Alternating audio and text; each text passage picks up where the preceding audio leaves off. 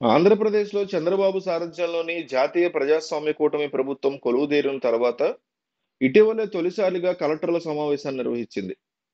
భవిష్యత్తులో తాను అవలంబించబోతున్న విధానాలు, సంక్షేమాల కోసం అమలు చేయాలనుకున్న పథకాల్ని ముఖ్యమంత్రి చంద్రబాబు వివరించారు. వీటిని ప్రజలకి చేరువయ్యేలా చూడాల్సిన బాధ్యత కలెక్టర్లదేనని, ఈ విషయంలో అలసత్వానికి తావు లేదని స్పష్టం చేశారు.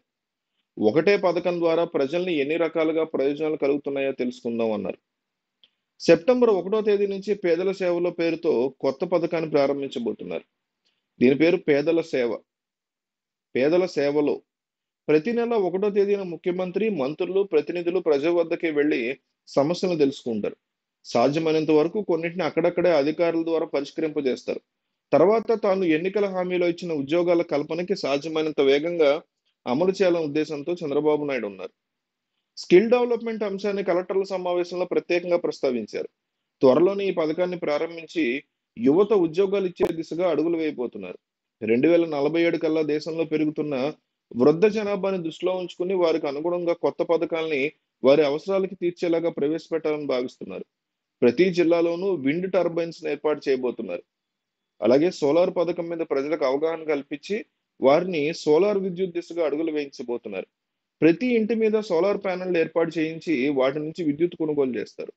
ప్రతిపక్షాలు చేసే ఆరోపణల మీద కఠినంగా వ్యవహరించబోతున్నారు. చేసే ఆరోపణకి ఖచ్చితంగా సాక్ష్యాలుండాలి. గంజాయి విషయంలో ఉత్కుపాదం మోపుతున్నారు. పరిపాలన మీద పూర్తి స్థాయిలో పట్టు ఉండేలాగా అధికారులు, ప్రతినిధులతో కలిపి ఒక యాప్‌ని అందుబాటులో తీసుకురాబోతున్నారు. అలాగే ముఖ్యమంత్రి చంద్రబాబు త్వరలోనే ఆకస్మిక తనిఖీలు చేయబోతున్నారు. దీని ద్వారా అధికారులు అప్రమత్తంగా ఉంటారనేది ఆయన ఉద్దేశంగా ఉంది. చెత్తని పొలాలకి ఎరువుగా ఉపయోగించే అంశంతో పాటు దాన్ని రీసైక్లింగ్ చేసి డబ్బులు సంపాదించేలా చూడబోతున్నారు.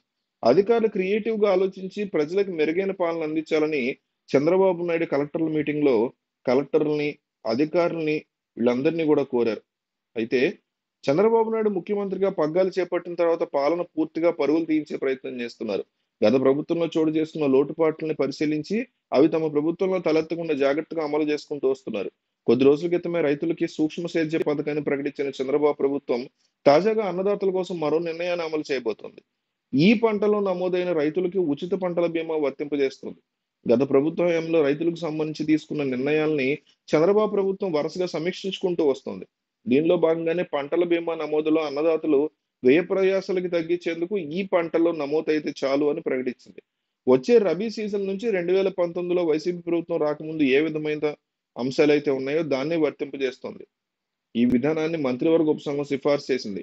ఇప్పటికే రాష్ట్రంలో ఖరీఫ్ సీజన్ ప్రారంభమైందని, పంటల బీమా కోసం గత ప్రభుత్వం టెండర్ల ప్రక్రియను పూర్తి చేసిందని, ఇప్పుడు తిరిగి టెండర్లు ప్రకటిస్తే ప్రక్రియ చాలా ఆలస్యం అవుతుందని వ్యవసాయ శాఖ అధికారులు ముఖ్యమంత్రి దృష్టికి తీసుకెళ్లగా ఆయన దీని మీద సమీక్ష చేసి సమాధానం చెప్పారు.